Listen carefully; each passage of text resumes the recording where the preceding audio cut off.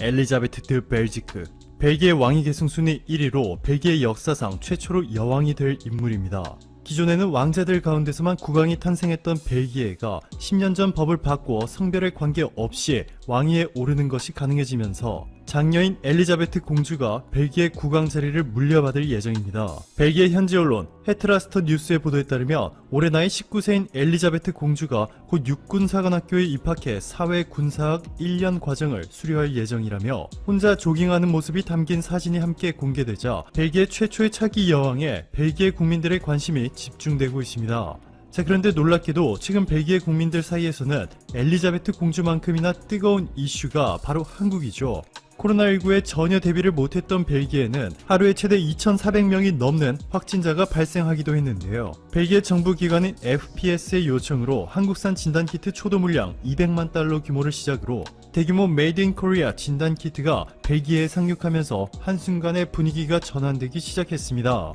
한국의 드라이브스루 진료 시스템까지 도입한 벨기에는 순식간에 하루에 2만 건의 검사를 할 수 있는 능력을 갖추게 되었고 벨기에 인구가 1,100만 명이 조금 넘는 것을 고려한다면 이는 엄청난 검사 숫자입니다. 결국 예상대로 한국산 진단키트가 벨기에에 도착한 시점을 기준으로 빠른 속도로 확진자 수가 줄어들기 시작했습니다. 몇몇 언론들에서는 벨기에 치명률이 무려 15.5%에 달한다며 중국과 미국보다 더 높은 최악의 상황이라고 보도하고 있는데 자세히 들여다보면 오히려 다른 유럽 국가들보다 벨기에가 훨씬 더 안전한 곳임을 쉽게 알 수 있습니다. 블룸버그 통신은 벨기에에서 유독 코로나19 치명률이 높은 이유는 코로나19 감염이 확인되지 않았더라도 양로원에서 사망자를 통계에 포함시키고 있기 때문이다. 요양시설에서 발생한 코로나19 사망자의 약 95%가 진단되지 않았지만 유증상자와 접촉했거나 진단 기록에 따라 모두 통계에 포함시키고 있다. 라며 벨기에 공중보건기관 사이엔사노의 스티븐 반 구우트 소장의 발언을 인용해 벨기에 공중보건당국은 종종 비난을 받는다.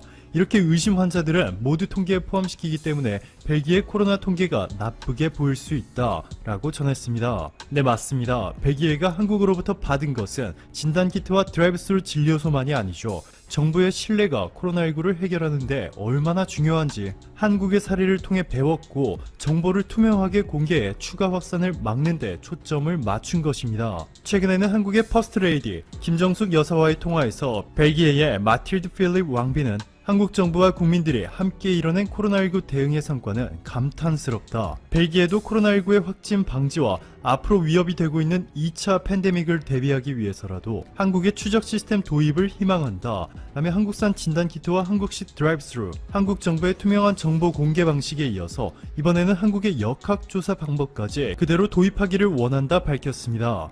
한국의 도움으로 코로나19 위기를 넘긴 벨기에.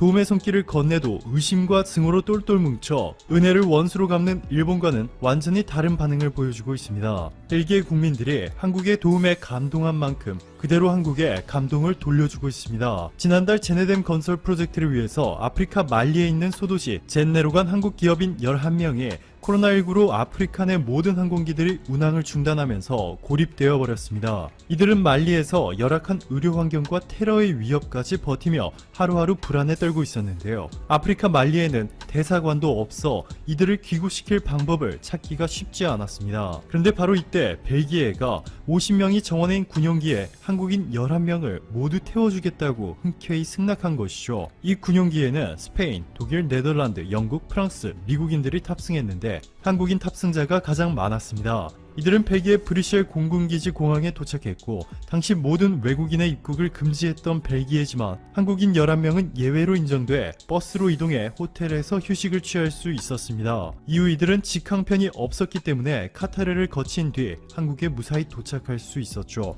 이뿐만이 아닙니다. 인구 1,100만 명에 불과하지만 1년 의약품 수출 56조 원, 세계에서 개발되는 신약의 5%가 벨기에산, 인구당 임상시험 수 세계 1위인 나라가 바로 벨기에인데요.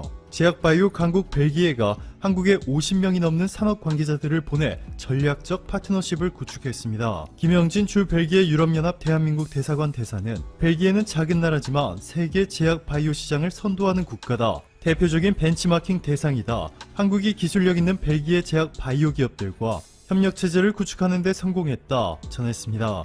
한국과 벨기에의 협력은 여기서 멈추지 않습니다.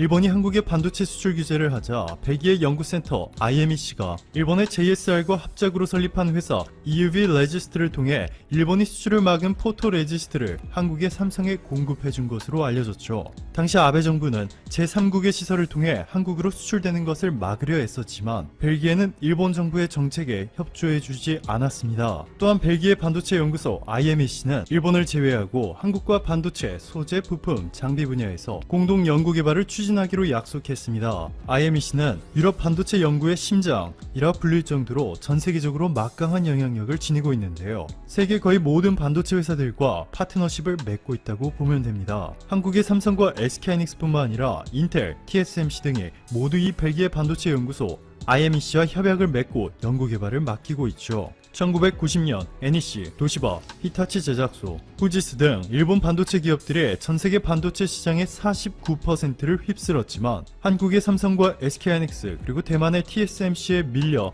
당시 일본 1위였던 NEC 반도체는 파산했고 현금이 부족했던 도시바와 파나소닉은 다른 기업의 반도체 사업부를 매각한 결과 현재 일본의 점유율은 7%, 30년 만에 일본의 점유율이 7분의 1 수준으로 쪼그라들었습니다. 그리고 이제는 반도체 소재, 부품, 장비 산업마저도 무너질 위기에 처한 일본. 얼마나 더 많은 일본 회사들이 파산해야 아베 내각의 무모한 질주가 멈출지 한번 지켜봐야겠습니다. 오늘도 감사합니다. 최고로 멋진 하루. 앞으로 사회는 코로나 이전과 이후로 나뉜다고 할 정도로 대다수의 국가들은 일대 혼란을 겪고 있는 중입니다. 그러다 보니 국가 간의 외교 문제는 사상 최악의 복잡함으로 번지고 있는 상황입니다. 특히 미국과 중국의 갈등을 다시 불붙게 한 이번 팬데믹 사태와 트럼프 대통령의 재선 문제는 그야말로 한치 앞을 예상하기 힘든 문제로 발전하고 있습니다. 이렇게 각국의 많은 지도자들은 팬데믹 이후에 방역 성공 여부에 따라 지지율 관리에 비상이 걸린 셈이 됩니다. 기존의 다양한 국제 관계에서 대한민국은 강대국의 틈에서 경제나 국가 안보 등의 적지 않은 위협 혹은 불편을 감수했는데 작금의 상황은 그야말로 혼돈 상태입니다. 갈수록 경량 가운데 치닫는 국가 간 다양한 갈등을 보면서 그 가운데 한국은 어떤 입장을 취하면서 대처해야 할지 살펴보도록 하겠습니다. 첫 번째, 미국 G7 핵심 독일 병력 철수, 한국엔 무슨 의미? 미 도널드 트럼프 대통령은 독일에 주둔한 수천 명의 미군을 오는 9월까지 감축하라고 국방부에 지시했다고 월스트리트 저널과 로이터 통신이 5일 보도했습니다.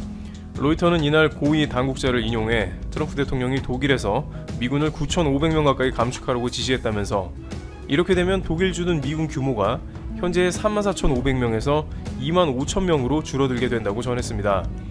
여기에 더해서 월스트리트 저널은 또 미국의 이 같은 감축 움직임은 임시 또는 순환 배치 병력을 포함해 독일 주둔 미군 규모를 25,000명으로 상한선을 씌울 것이라고 설명했습니다.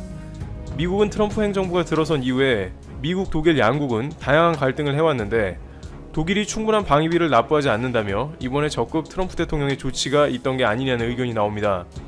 월스트리트 저널도 이번 조치는 독일의 군사비 지출 수준을 포함해 미국이 독일과의 관계가 매우 긴장된 상황에서 나온 것이라고 평가했습니다. 미국은 현재 팬데믹으로 인해 최악의 실업률이 예상되며 경제 회복을 위해서 무제한 달러를 풀고 있습니다. 미국 경제의 회복과 지출을 줄이겠다는 의지는 트럼프 행정부의 가장 핵심 가치 중 하나인 것입니다. 안 그래도 트럼프 대통령은 미국이 더 이상 해외에서 불필요한 군비 지출을 할 필요가 없다고 강조해 왔는데 코로나19 사태로 인해서 그간 불편했던 독일에서 병력을 감축하는 것으로 그 의사를 표현한 것으로도 보입니다. 일각에서는 메르켈 총리가 G7 회의에 안 온다고 하자 트럼프 대통령이 화가 나서 그랬다는 의견도 있는데 미 관계자는 월스트리트 저널의 감축 논의가 지난해 9월부터 행정부 내에서 이뤄져 왔기에 그와 관련이 없다고 말했습니다. 문제는 이 과정 가운데 트럼프 행정부는 독일과 이렇다 할 사전 상의도 없이 일방적으로 조치한 것으로 전해집니다. 블룸버그는 미국과 독일이 이런 적이 없는데 이번 조치는 매우 노골적인 것으로 보인다고 지적하면서 세계 2차 대전 이후에 미국과 독일의 전통적 우방 관계가 가장 경직된 국면으로 들어갔다고 보도했습니다. 비록 과거와 같은 냉전 시기는 아니나 러시아가 버티고 있기 때문에 안보 우려가 제기되는 것입니다. 게다가 이러한 미국 감축 소식은 미군이 주둔하는 여러 동맹들에게도 일종의 메시지가 될 수도 있습니다. 특히 한국과 일본의 경우 트럼프 행정부의 방위비 압박은 현재까지도 끊이지 않고 제기되고 있습니다. 미 국무부 크라크 차관보는 최근에도 미국은 할 만큼 했고 한국도 유연성을 보이라며 연일 압박을 가하고 있습니다. 뉴욕타임즈는 미국의 이런 모습은 한국 주한미국 감축 혹은 기타의 위협으로 연결될 수 있다는 보도를 했습니다.